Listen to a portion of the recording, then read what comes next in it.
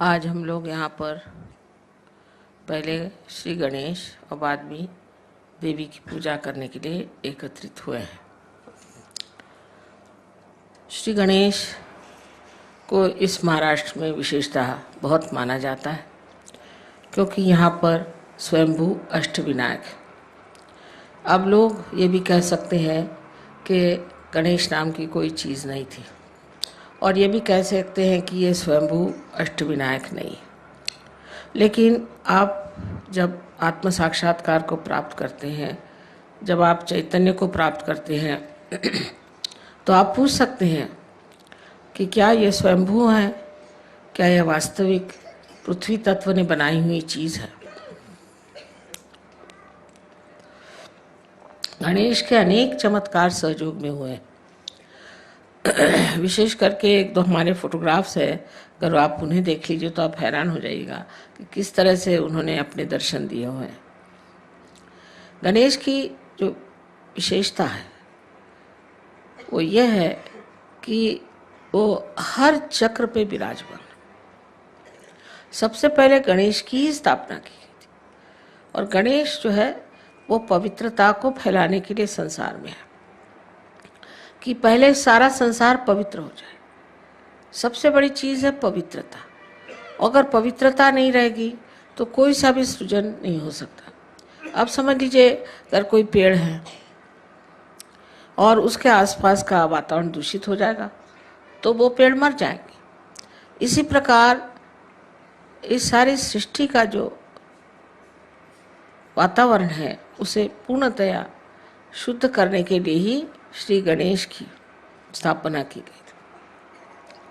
आजकल के इस वातावरण में लोग समझ नहीं सकते हैं कि पवित्रता चीज़ क्या है और पवित्रता का अर्थ क्या है। यही गणेश आगे जा कर के आपके आज्ञा चक्र पे ईसा मसीह के रूप से प्रकट हुए थे। इसलिए ईसा मसीह ने भी सबसे ज़्यादा पवित्रता का महत्व बताया कि आपकी आंखें तक पवित्र होनी चाहिए, क्योंकि आज्ञा चक्र पे है। आँखों में तक आपकी पवित्रता होनी चाहिए। अगर आपकी आँखों में पवित्रता नहीं है तो फिर आप किसी तरह से भी पवित्र नहीं माने जाएंगे। लेकिन इसका ये मतलब नहीं कि आप अपने को कहें कि हम में ये खराबी, हम में वो खराबी। किंतु श्री गणेश को अगर हम मानते हैं, उनकी हम पूजा करते हैं, तो उनके गुण भी हमारे अंदर आने चाहिए। तो पहला तो उनका गुण है कि पवित्रता। अब इस पवित्रता को हम किस तरह से पा सकते हैं? कहने से नहीं हो सकता। किसी आदमी से कहा जाए तुम पवित्र हो जाओ तो नहीं हो सकता। गंगा जल से नहाने से भी मनुष्य पवित्र हो, ऐसी बात नहीं। तो ये पवित्रता आने के लिए क्या करना चाहिए? इसके लिए आपके कुंडलिनी का पहले ही जागरण होना चाहिए।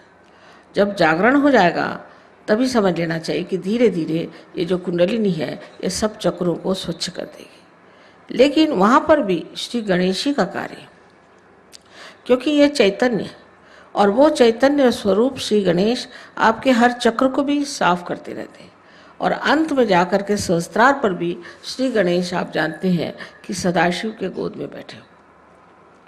ये जो भी चीज़ें हम लोगों को लगती हैं कि पौराणिक है, मैथोलॉजिकल है, ये सब की सत्यता सहयोग भी आप प्राप्त कर सकते हैं। पहले आपको केवल सत्य को प्राप्त करना चाहिए, एब्सोल्यूट ट्रूथ को। उसके बाद आप कोई भी सवाल पूछें, उसका जवाब सही माने में आपके उंगलियों के ऊपर आ जाएगा। आप इसे जानेंगे कि सत्य क्या है। किसी भी चीज़ को कह देने से कि असत्य है, वो चीज़ असत्य नहीं होती। उसकी खोजबीन करनी चाहिए। बड़ी ये गहरी चीज़ें हैं, और श्री गणेश का आकार तो अत्यंत अत्यंत गहरा है, और वो एक चिर बालक है। उनमें जो अबोधिता है, इनोसेंस है, वो एक चिर बालक है। वो बालक स्वरूप है। क्राइस्ट ने कहा है कि if you have to enter into the kingdom of God you have to become like children. इसका मतलब बच्चों में जो निश्चल स्वभाव होता है वो हमारे अंदर आना चाहिए। लेकिन वो ज़बरदस्ती करने से या कुछ रोज़ की अभ्यास करने से नहीं जाएगा। अगर आप ज़बरदस्ती करेंगे तो आपका अहंकार बढ़ जाएगा। अगर आप ये कहेंगे कि हम बड़े पापी हैं, हमने बड़े पाप किए, हम बड़े खराब हैं, तो आपका प्रति अहंकार बढ़ जाएगा। दोनों तरह से ये गलत बात है। तो इसके लिए करना क्या चाहिए? करना ऐसा चाहिए कि अपनी कुंडलिनी का जागरण पहले कर लें। कुंडली के जागरण से आप दूसरे आयाम में, दूसरे डायमेंशन में उतरते हैं। दूसरे डायमेंशन में उतरते साथ धीरे धीरे अंदर से ही ये स्वच्छता होती रहती है। ये अनादिकाल से कुंडलिनी आपके अंदर स्थित है और ये उसी समय का इंतज़ार कर रही है, उसी के लिए बैठी हुई है कि जिस वक्त आपको ऐसी व्यक्ति मिल जाए जो आपकी कुंडलिनी का जागरण कर सके, क्योंकि ये आपकी माँ है और आपकी अपनी वैयक्तिक माँ है। वो आपके बारे में सब कुछ जानती है और जिस प्रकार आपकी माँ ने आपको जन्म देते वक्त सब तकलीफ़ें खुद उठाई, वो कुंडलिनी ही सारी तकलीफ़ें उठा देती है और आप इस आत्म साक्षात्कार को प्राप्त होते हैं। इस आत्म साक्षात्कार को प्राप्त होने के बाद आपको सिर्फ इतना करना है कि अपने इस योग को जो आपका अब परम चैतन्य के साथ हुआ है, उसके साथ एकाकारिता स्थापित करनी। चारों तरफ हम लोग देखते हैं फूल, देखिए कितने सुंदर है, सृष्टि कितनी सुंदर है, पर हम कभी सोचते भी नहीं कि ये कैसी बनी, इसको कौन बनाता है।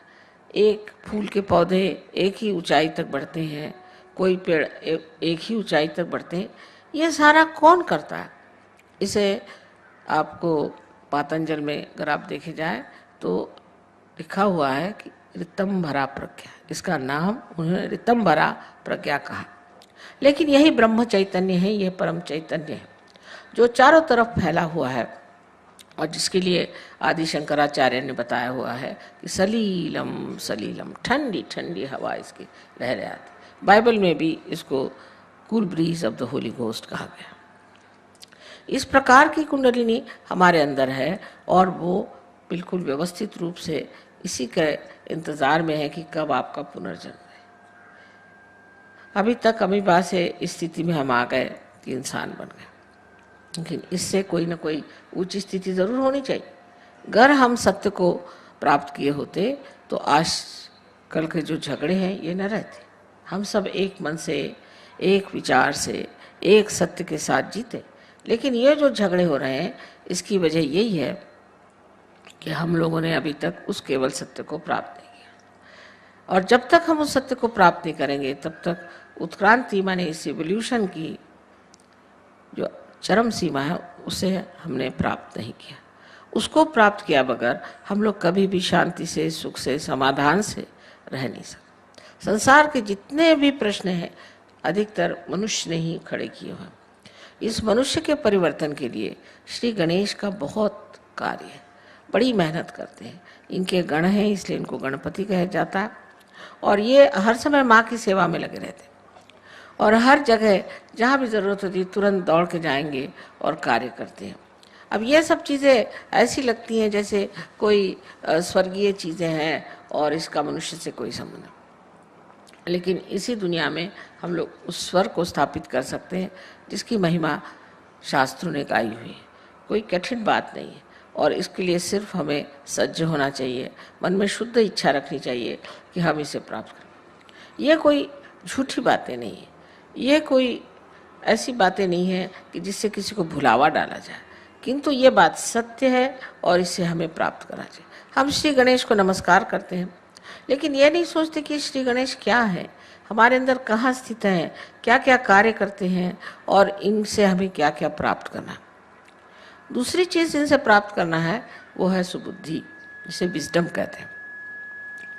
श्री गणेश में इतनी सुबुद्धि और इतना प्रेम है कि वो जानते हैं कि आप लोग गलती कर रहे हैं, वो जानते हैं कि आप में कुछ दोष है, लेकिन छोटे बच्चे जैसे क्षमा कर देते हैं हर एक चीज़ को।